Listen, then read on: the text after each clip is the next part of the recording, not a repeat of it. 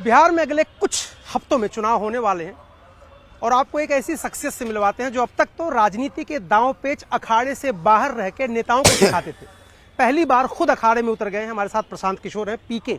आप लोग जानते हैं प्रशांत किशोर जी, मजा किसमें ज्यादा था, बाहर से दांव पेच सिखाने में या खुद मैदान में कूद जाने में?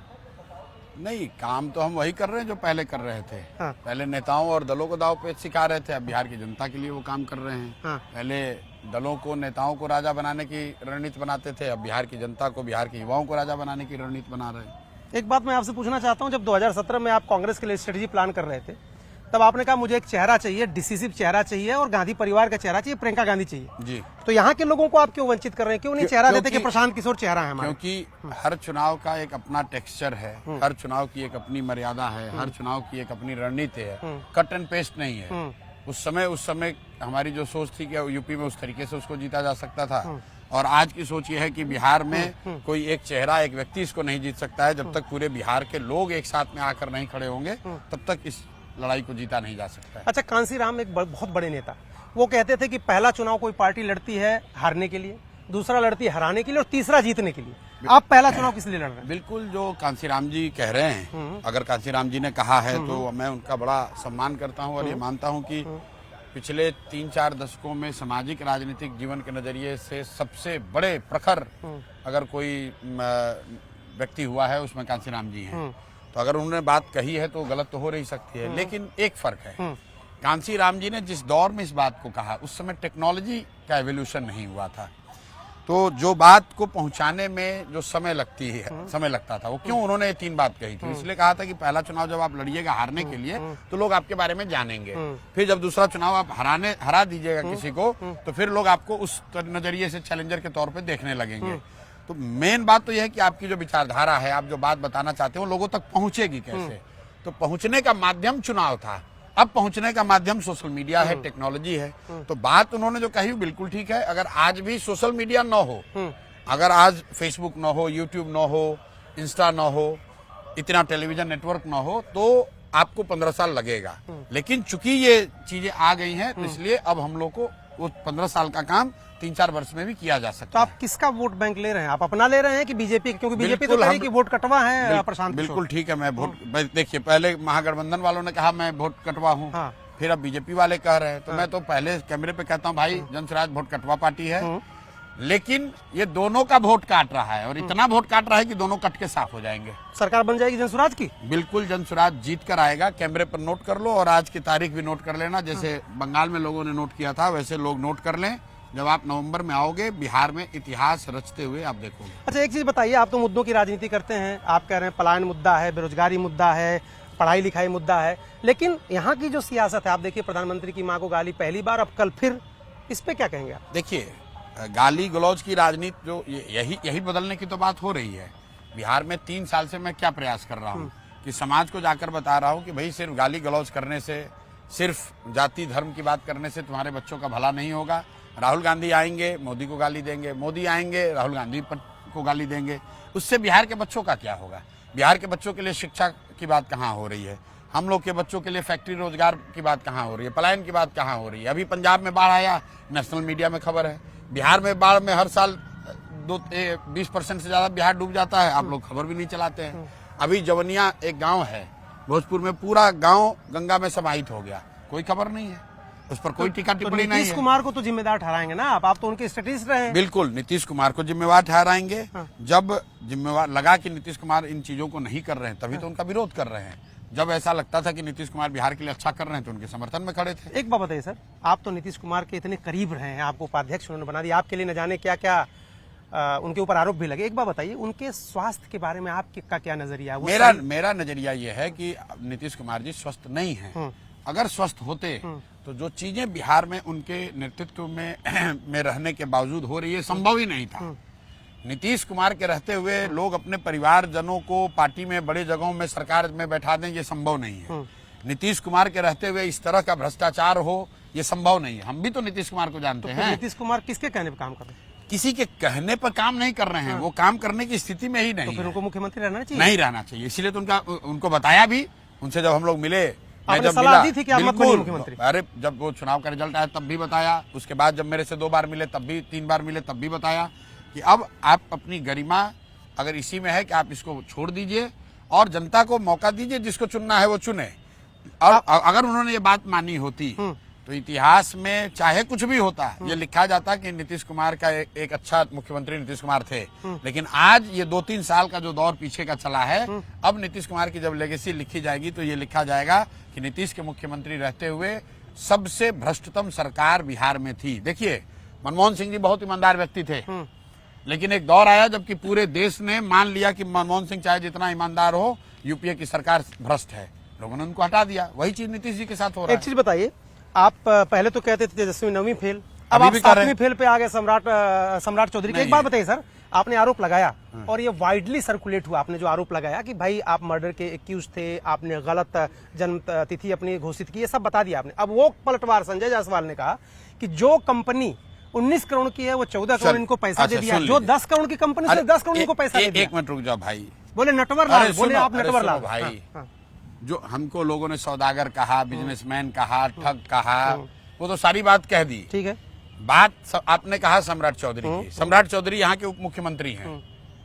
क्या ये सत्य नहीं है कि ये मर्डर के इल्जाम में जेल में थे और जेल से सिर्फ इसलिए छोड़े गए क्योंकि इनके पिताजी या इनके घर वालों ने इनके नाबालिग होने का सर्टिफिकेट दिया? अच्छा, जो नाबालिग होने की सर्टिफिकेट दिया उसमें बिहार विद्यालय परीक्षा समिति का मैट्रिक का एक एडमिट कार्ड दिया गया है और परिणाम दिया गया सुप्रीम कोर्ट में, जिसमें ये लिखा गया कि ये मैट्रिक की परीक्षा में अपीयर हुए, पास नहीं हुए, 234 नंबर आया। उसके बाद उसी के आधार पर सुप्रीम कोर्ट ने इनको नाबालिग घोषित किया। इनकी ये मंत्री उस समय लालू जी के सरकार में थे, इनको हटाया गया। अब उसके बाद देखिए इन्होंने क्या किया।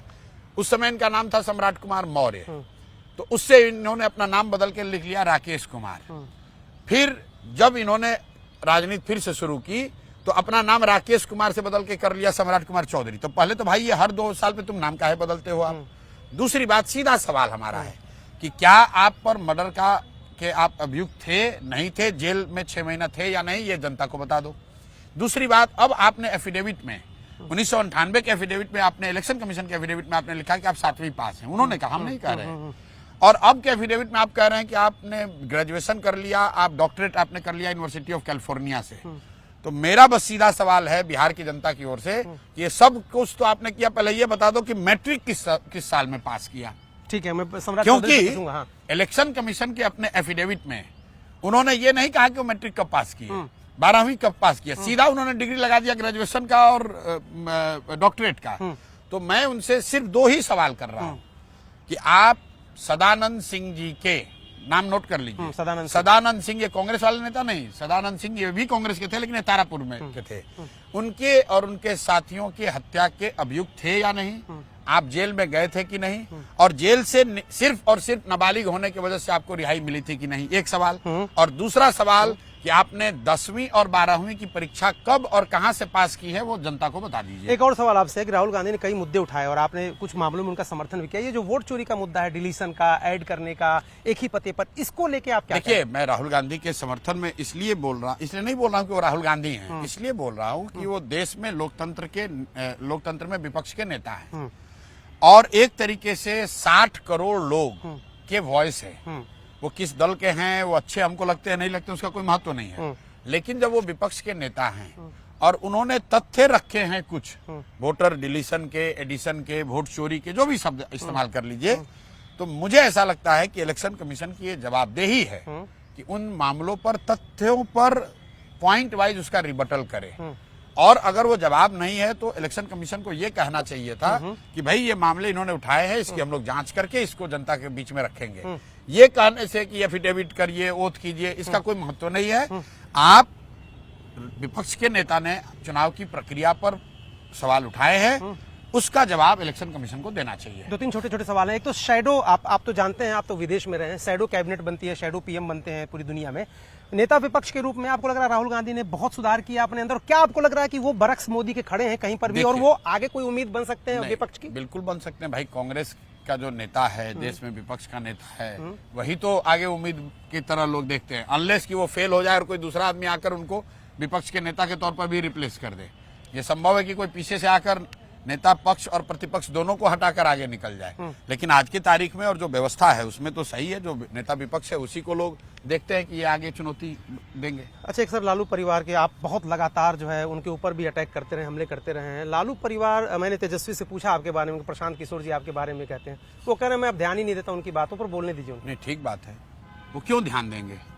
मतलब आप ये देखिए कि मैं लालू जी के व्यक्तिगत एकमात्र ऐसा आदमी बिहार में है जो कि राजद के से भी ज्यादा, मैं मन से कहता हूं कि लालू जी के राज में शुरुआती सालों में जब लालू जी जीत कर आए तो बिहार में एक तबके को, गरीब को, पिछड़े को, वंचित को आवाज और सम्मान मिला, और इस बात के लिए लालू जी का सम्मान होना चाहिए। लेकिन जिस तबके को उन्होंने आवाज दी, सम्मान दिलाया, उस तबके के बच्चों को उन्होंने पढ़ाई की व्यवस्था नहीं की, उसको रोजी रोजगार कभी नहीं किया। बिहार में लालू यादव ने कभी भूमि सुधार की बात नहीं की। तो उन बच्चों को उन्होंने आवाज दे दी और उसके हाथ में झंडा पकड़ा दिया कि तुम मेरा और मेरे बच्चों का नारा लगाते रहो, अपने और अपने बच्चों की चिंता मत करो। तो हम वो व्यक्ति हैं जो कह रहे हैं कि जो लालू जी ने अच्छा किया है उसके लिए उसका सम्मान होना चाहिए, और जो उन्होंने नहीं कर पाए उसके लिए उनका विरोध होना चाहिए। तेजस्वी यादव का तो कुछ है ही नहीं। लेकिन आपने सुनिए ना, आपने मदद की ना तेजस्वी यादव की? कभी नहीं। आपने पिछले चुनाव में क्यों दोनों के लिए ज्वाइंट कैंपेन आपने किया? बिल्कुल आपने मुलायम, उस समय आपने सॉरी लालू यादव की तस्वीर हटवा दी। बिल्कुल बिल्कुल, आप सुनिए, आपने ठीक बात कही। आप 2015 की बात कर रहे हैं। 2015 में तेजस्वी यादव कहीं थे ही नहीं। 2015 में पहली बार तेजस्वी यादव को एमएलए का चुनाव लड़ाया गया। उस पूरे चुनाव अभियान को नीतीश जी और लालू जी और प्रशांत किशोर चला रहे थे। तेजस्वी यादव की उसमें कोई भूमिका नहीं थी। जो आप बात समझिए, तेजस्वी यादव तो सिर्फ लालू यादव के लड़के हैं इसलिए नेता हैं। तेजस्वी यादव ने अभी अपना कुछ नहीं किया है। उसी संदर्भ में मैं कहता हूं कि भाई अब तो खुद ये 9th फेल हो गए, क्रिकेटर बने नहीं, और राजनीतिक नेता के तौर पर या समाज के स्तर पर उन्होंने कोई बिहार में ऐसा काम किया नहीं है। लालू यादव के लड़के हैं इसलिए राजद के नेता हैं। जरा आप तो स्ट्रेटेजिस्ट इतने बड़े हैं, पता नहीं कितने चुनाव लड़ाए जिताए आपने, रिकॉर्ड आपका इतना बढ़िया, जरा यहाँ के बता दीजिए जरा, आपको तो नजर आ रहा होगा क्या होने बदलाव वाला है? बिल्कुल निश्चित है। हाँ। जब आप कह रहे हैं कि बदलाव निश्चित है तो इसका मतलब है कि नीतीश कुमार का एनडीए का जाना तय है। इस बात को लिख लीजिए। तो आना किसका तय? मैं आप बता रहा हूं। अब जनता के पास दो विकल्प है। एक विकल्प यह है कि जो पुरानी व्यवस्था थी राजद की, जंगल राज वाली, उसी जो फिर नया चोला ओला पहन कर आए हैं, कलम फेंक रहे हैं, नौकरियों की बात कर रहे हैं, तो जनता को यह तय करना है कि जो लोग जंगल राज के लिए दोषी थे क्या उनको वापस से मौका दिया जाए, या फिर एक नई व्यवस्था जो जन स्वराज बन रही, जो अभी टेस्टेड नहीं है लेकिन एक नई व्यवस्था है, इस पर दाव लगाया जाए। दोनों ही केस में बदलाव निश्चित है। बिहार में नवंबर में नीतीश कुमार मुख्यमंत्री नहीं रहेंगे, नया मुख्यमंत्री बनेगा।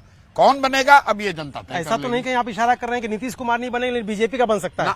मैं कह रहा हूं अभी की जो व्यवस्था वो तो गई। हाँ, अच्छा, ये पूरी ये गठबंधन ही गया। ये भाई अगर आप कहीं बिहार में घूम लीजिए, बदलाव की बात तो हर व्यक्ति कर रहा है। ठीक है, चाहे आप किसी जाति के हों, किसी धर्म के हों, किसी दल के समर्थक हों, बदलाव तो सब चाहते हैं। अब बदलाव के बाद लाना किसको है, उसमें लड़ाई है कि भैया पुराने वाले जंगल राज को लाना है कि जनसुराज को लाना है। आखिरी सवाल मेरा, प्रधानमंत्री जी और गृह मंत्री जी दोनों बिहार पर फोकस बहुत ज्यादा उनका है, उनके लिए कुछ आप कहेंगे? अब तो पुराने क्या फोकस है आप बताइए। 15 बरस में क्या उन्होंने बिहार के लिए एक फैक्ट्री की व्यवस्था कराई? क्या बिहार के पलायन पर मोदी जी ने एक वाक्य कहा?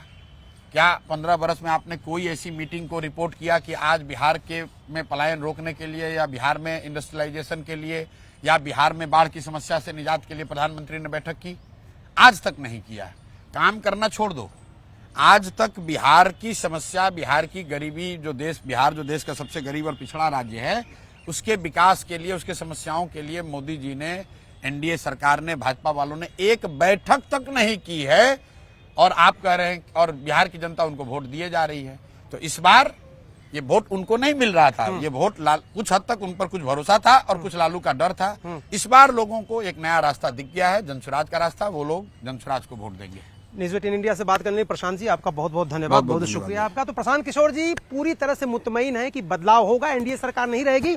दो विकल्प है, या तो लालू यादव के पार्टी की तरफ लोग जाएं, या जनसुराज। उनका ये कहना है कि जनसुराज की तरफ लोग मुड़ रहे हैं। कैमरामैन राकेश नेगी और अश्विनी के साथ अरुण सिंह, न्यूज़ 18 इंडिया, पटना।